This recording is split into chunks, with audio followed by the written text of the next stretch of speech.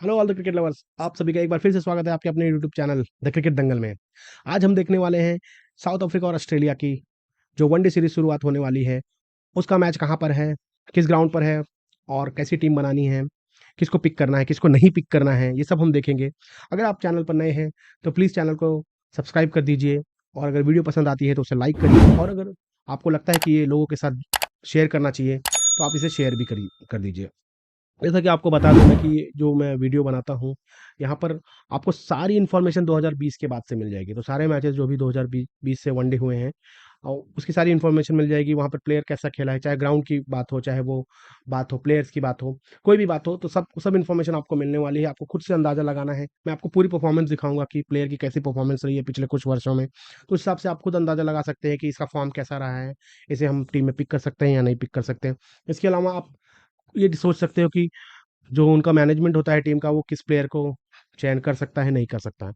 तो चलिए बिना समय खोए हम चलते हैं ग्राउंड की तरफ। तो जो पहला वनडे इंटरनेशनल खेला जा रहा है साउथ अफ्रीका और ऑस्ट्रेलिया के बीच, साउथ अफ्रीका में होगा, वो ब्लूमफॉन्टेन सिटी में होने वाला है और ग्राउंड का नाम है मैंगविंग ओवल। तो चलिए मैंगविंग ओवल चलते हैं। थोड़ा-सा देख सकते हैं ये ग्राउंड थोड़ा स्ट्रेट बाउंड्रीज़ काफ़ी दूर हैं, बट जो स्क्वायर बाउंड्रीज़ हैं दोनों साइड वो थोड़ी-थोड़ी आप देख सकते हैं कि थोड़ी छोटी हैं।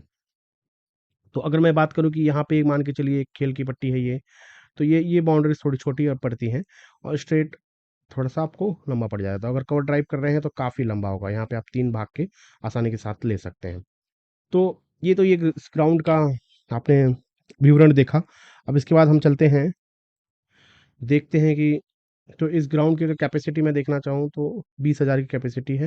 यहाँ पर 2020 से 3 मैचेस खेले गए हैं, तो हम 3 मैचेस के बारे में जानेंगे कि उस मैचों में क्या हुआ था और कैसा खेला था ग्राउंड। तो अगर मैं देखूँ वो 3 मैचेस में और अगर मैं आपको बताना चाहूँ कि देखिए एक तो ऑस्ट्रेलिया का मैच हुआ था, एक मैच 2020 में ही।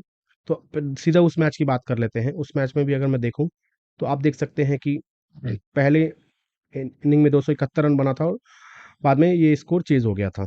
तो आप अगर देखें तो 274 सेकंड इनिंग में बन गया था स्कोर। अब मैं अगर बात करूं कि एवरेज विकेट्स, तो आप देखेंगे उस मैच की, ये एक ही मैच की बात हो रही है, तो यहाँ पे 10 विकेट पहले ऑस्ट्रेलिया के चले गए थे और 4 विकेट अफ्रीका ने खोए थे। ऐसा देखने पे लग रहा है कि अफ्रीका ने ये मैच जीत लिया था क्योंकि मरान की सेंचुरी यहाँ पर आई हुई है। तो अब मैं हालांकि ओवरऑल बात करूँ, ओवरऑल यहाँ पर 3 मैचेस हुए हैं 2020 से और अच्छा स्कोर बनता है। अगर आप देखें तो ऑन एन एवरेज स्कोर अगर आप देखें 304 का बन रहा है और चेज़ भी शायद यहाँ पर आसानी से हो जाएगा क्योंकि सेकंड इनिंग स्कोर भी। तो यहाँ पे बैटर का फिर से बोलबाला रहने वाला है। अगर मैं आपको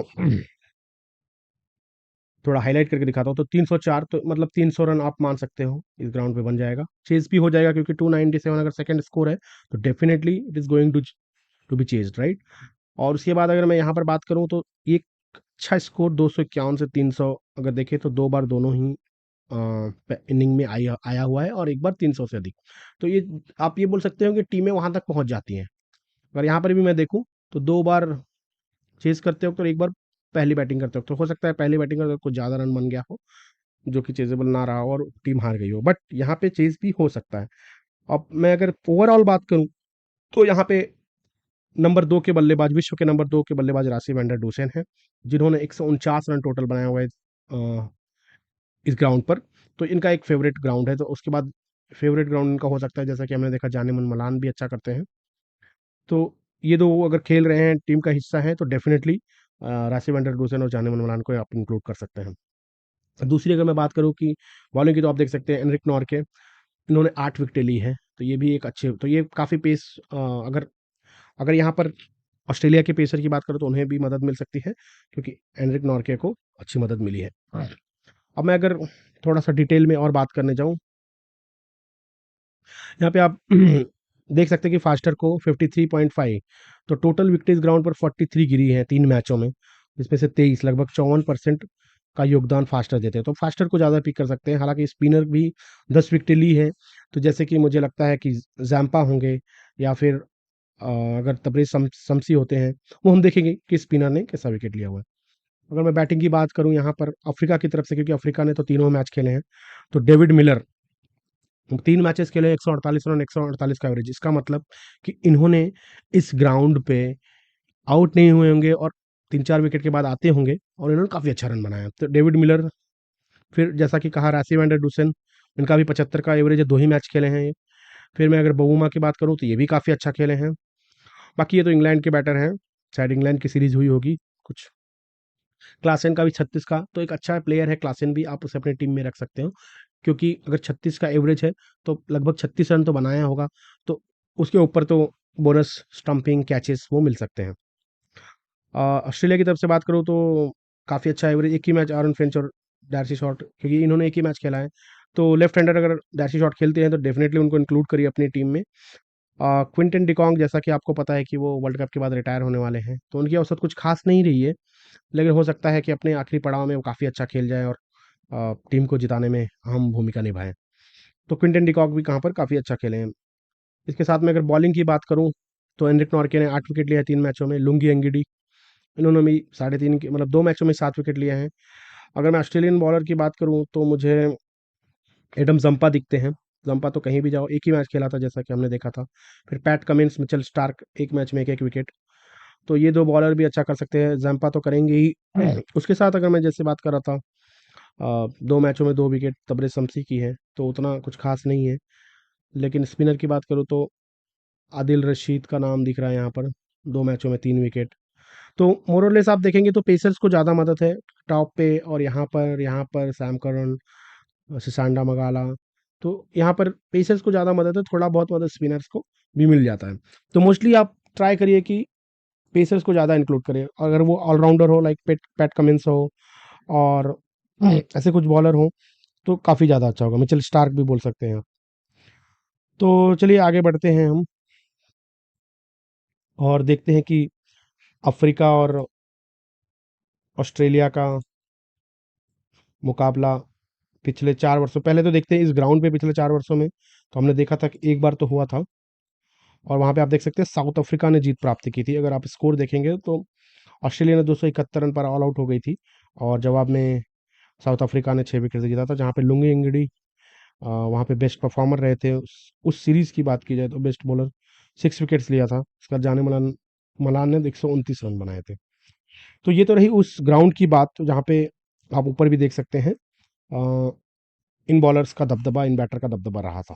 अब मैं बात करूं कि ओवरऑल पिछले 4 सालों में अफ्रीका और, तो आप देख सकते हैं कि पिछले 4 सालों में 3 मैचेस हुए हैं अफ्रीका और ऑस्ट्रेलिया के बीच, और तीनों में ही साउथ अफ्रीका ने जीत हासिल की है। अब मैं पहला मैच की बात करूं तो ये बोलैंड पार्क पाल में हुआ था, यहाँ पर साउथ अफ्रीका ने जीत प्राप्त की थी। और एक मैच यहाँ इसी ग्राउंड पे हुआ था, तो इसी ग्राउंड पे आप देखो चेस करते हुए आसानी के साथ जीती थी। और मैं बाकी तीसरा मैच की बात करूं तो वो कब हुआ था, ये लगभग 2020 की बात है। ये तीनों ही मैच 2020 में हुए थे, और अफ्रीका ने तीनों ही मैच जीते थे यहाँ पर 6 विकेट से चेज़ करते वक़्त। तो चेज़ करते वक़्त अफ्रीका 2 मैच जीती है, अगर आप यहाँ पर देखेंगे, और एक पहले बैटिंग करते वक़्त, क्योंकि पहले बैटिंग करते वक़्त ये जो मैच था यहाँ पे लगभग 291 रन वो बनाती है। तो इस हिसाब से आप समझ सकते हैं कि अफ्रीका ऑस्ट्रेलिया के ऊपर भारी पड़ रही है, ये अफ्रीका में ही मैच है। तो मुझे लगता है कि शायद, हालाँकि टी20 में तो तीनों मैच ऑस्ट्रेलिया ने जीता है, बट मैं उम्मीद करता हूँ कि अफ्रीका अपना पुराना रिकॉर्ड बरकरार रखे और ये यहाँ पर जीत हासिल करे। तो ये मिला-जुला के हेड टू हेड एनालिसिस थी इनकी। हम अगर आगे चलते हैं, यहाँ पे देखिए आप हेनरिक क्लासन को पाएँगे, जब इन दोनों का आपस में मैच होता है, तो अच्छा करते हैं, अच्छे रन बनाते हैं, और लुंगी एंगडी बॉलिंग अच्छी करते हैं। तो आगे देखते हैं कि इन दोनों के जो 3 मैचेस हुए हैं, उसमें अगर मैं ऑस्ट्रेलिया के प्लेयर्स की बात करूँ, ये उस ग्राउंड की बात नहीं कर रहा हूँ, ये मैं सिर्फ बात कर रहा हूँ कि इन तीनों के आपस में मैच हुए हैं। तो लाबुशैन का औसत 50 का है, डार्सी शॉट 41 का है, स्टीवन स्मिथ 36 का है, आरन फिंच तो शायद खेलेंगे नहीं, मिचेल मार्श का 28 का है। तो मिचेल मार्श से थोड़ी उम्मीदें रहेंगी, क्योंकि वो अच्छा कर रहे हैं, बॉलिंग भी करते हैं। तो ये 4 प्लेयर्स मैं कहूँगा ऑस्ट्रेलिया के आप अपने टीम में पिक कर सकते हैं। और अगर मैं बात करूँ बॉलर्स की, तो PAT Cummins, Hazlewood, Mitchell Starc और एडम जंपा, ये 4 बॉलर भी इनके टॉप पे आते हैं। तो 4 में से कोई भी 2 या 3, और यहाँ पे भी 4 में से कोई भी 2 या 3, तो ये आपका अच्छा परफॉर्मेंस। मैं अफ्रीका की ओर ज़्यादा जोर दूँगा, क्योंकि अफ्रीका में ही मैच हो रहा है। तो अगर हम उनकी टीम में से पिक करेंगे कोई, ज़्यादा पिक करेंगे तो ज़्यादा अच्छा होगा, क्योंकि ये ग्राउंड उनको ज़्यादा सूट करेगा। अब मैं साउथ अफ्रीका की बात करता हूँ, और मैं अपोनेंट में बोलता हूँ ऑस्ट्रेलिया। तो 3 मैचेस ही हुए हैं। क्लासेन का जैसा कि नाम हमने देखा था, 242, तो ये आउट ही नहीं हुए थे और तीनों मैच में काफ़ी अच्छा रन इन्होंने बनाया था। हाईएस्ट स्कोर देखें तो 123 का था, नॉट आउट। उसके बाद मलान की बात करें तो 76 का औसत था इन्होंने 3 मैचों में। तो 1 सेंचुरी आई थी, उसके बाद इनका कुछ अच्छा स्कोर आया नहीं था। तो आएगी तो अच्छा आएगी, नहीं तो नहीं आएगी। यहाँ पर डेविड मिलर का जैसे नाम लिया था मैंने, डेविड मिलर भी काफ़ी अच्छा खेले थे, 64 का स्कोर था, हालाँकि आउट नहीं हुए थे। और बाकी क्विंटन डिकॉक तो अच्छा नहीं खेल पाए थे, अगर इनका आप देखें तो 13.7 का ही औसत था। तो आप चाहें तो इनको स्किप कर सकते हैं। अब मैं अगर आगे बात करूँ बॉलर की, तो लुंगी एंगडी डेफिनेटली एनरिक नॉर्के, समसी को रख सकते हैं।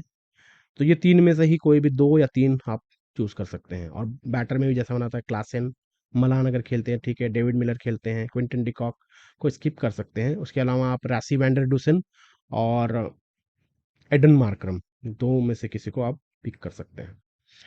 तो ये तो ओवरऑल इनका जब आपस में मैच हुआ था तब का परफॉर्मेंस है। अगर ओवरऑल मैं देखने चाहूँ कि भाई पिछले 4 सालों में, तो रेसे वैंडर डोसन टॉप पर है अफ्रीका की तरफ से। फिर बबूमा भी हैं, बबूमा को भी पिक कर सकते हैं। क्विंटन डिकॉक का 40 का एवरेज है, पिछले 4 सालों में 23 मैचेस खेले हैं। एनरिक क्लासन, तो ये टॉप के अगर 5 बल्लेबाज देखोगे तो औसत लगभग 40 से 50 के बीच में है। तो ये अच्छे अच्छे बैटर हैं और आप इनको अपनी टीम में रख सकते हो। और इन्होंने मैचेस भी काफ़ी खेले हैं, तो औसत इनका 50 के लगभग का है। वही मैं बात अगर बॉलर की करूँ, तो आप बॉलर में भी देख सकते हैं कि शम्सी, लुंगेंगडी, नॉर्के, ये 3 तो मेरे फेवरेट बॉलर रहेंगे, इन तीनों को मैं ज़रूर पिक करूँगा। उसके साथ अगर एक आध सरप्राइज़ बॉलर लेना हुआ, तो मैं देखूँगा कि उस दिन टीम कैसी, कौन-कौन किसको-किसको पिक किया गया है, उसमें से एक बॉलर ले सकता हूँ। Otherwise this is enough for the match. अगर मैं ऑस्ट्रेलिया की तरफ से वही बात करूँ पिछले 4 सालों में, तो आप देखेंगे कि स्मिथ, वार्नर अगर खेलते हैं, कैरी को रखना ज़रूरी है, क्योंकि कैरी और क्लासन ये 2 को अपनी टीम में ज़रूर रखिए, कि दोनों काफ़ी अच्छे बैटर हैं। मौका उन्हें अगर मिला तो वो ज़रूर अपनी टीम के लिए बहुमूल्य रन बनाएँगे। तो ट्रेविस हेड, मिचेल मार्श भी मैं इंक्लूड करूँगा अगर खेलते हैं तो। कैमरन ग्रीन का भी औसत देखिए, 12 मैचों में 64 का है। तो ये भी, तो आप इसको समझ सकते हैं कि इनमें से किसको पिक करना है, किसको नहीं पिक करना। आप खुद से देखिए कैसा परफॉर्मेंस रहा है, आप खुद इसका स्क्रीनशॉट ले लीजिए। और अब बाकी शुरू शुरू के 10 बल्लेबाजों में से आप खुद समझ के आप खुद से डिसाइड करिए। सिमिलरली बॉलर का भी मैं इसको ओपन करता हूँ और आपको दिखाता हूँ, तो आप समझ सकते हैं कि कौन सा बॉलर अच्छा कर रहा है। इसका स्क्रीनशॉट लीजिए, खुद से समझिए और खुद टीम डिसाइड कीजिए कि भाई कैसा परफॉर्मेंस पिछले 4 सालों में चल रहा है। इसके पहले वाले जो मिनट में मैंने दिखाया था कि इन दोनों का जब आपस में मुकाबला हुआ तो कैसा टीमें खेली थी। अब मैं चलता हूँ, आपको बताता हूँ कि एक टॉप 15 की टीम अगर मैं पिक करूँ, तो ऑस्ट्रेलिया की तरफ से आप देख सकते हैं ये टॉप 15 प्लेयर आ रहे हैं। तो पिछले 4 सालों में जंपा, स्टार्क, स्मिथ, तो इनके बॉलिंग यूनिट इनका थोड़ा स्ट्रांग रहा है, इसलिए देखिए 2 टॉप पे आपको बॉलर दिख रहे हैं। फिर वार्नर, मार्श, ये भी ऑलराउंडर हैं। तो अगर मेरे को ऑस्ट्रेलिया की टीम पिक करनी है, तो इन्हीं 15 में से मैं कोई 11 पिक करूँगा। तो जैसे कि सीक्वेंशियली जाऊँ, तो ये सारे सीक्वेंस के हिसाब से मुझे काफ़ी ठीक लगेंगे, लाबुशैन तक, यहाँ तक। और फिर इसके बाद पैट कमिंस एक होंगे। अगर मैक्सवेल खेलते हैं, तो मैक्सवेल को भी पिक कर सकते, हालाँकि ज़्यादा मौके नहीं मिले, देखेंगे तो मैक्सवेल कभी इंजरी के चलते या कभी किसी चीज़ और अलग चीज़ के चलते वो बाहर रहे हैं। अब मार्कस स्टोइनिस को भी ज़्यादा मौका नहीं मिला है, 15 मैचेस मिले हैं। तो मैं मार्कस स्टोइनिस और ग्लेन मैक्सवेल में स्टोइनिस को प्रेफ़र कर सकता हूँ, क्योंकि ये थोड़ा-सा पेसी विकेट रहता है, तो बॉलिंग करेंगे वो। बाकी ऊपर के टॉप ये ऑस्ट्रेलिया की तरफ से था। अब मैं चाहता हूँ कि अगर मुझे साउथ अफ्रीका की टीम चूज़ करनी हुई, वीडियो थोड़ा लंबा हो रही है, लेकिन आपको इसमें ज़्यादा इन्फॉर्मेशन मिल रहा है, क्योंकि हमें समझ में आ रहा है कि कौन कैसा खेलता है, किसे पिक करना है, किसे पिक नहीं कर सकते हैं।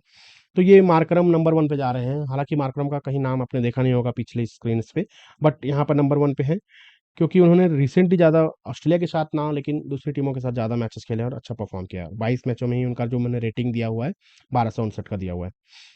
राशिया वैंडर डूसन की बात करूँ, तो वो भी टॉप क्लास के बल्लेबाज हैं और विश्व रैंकिंग में दूसरे पर आते हैं बाबर आजम के बाद।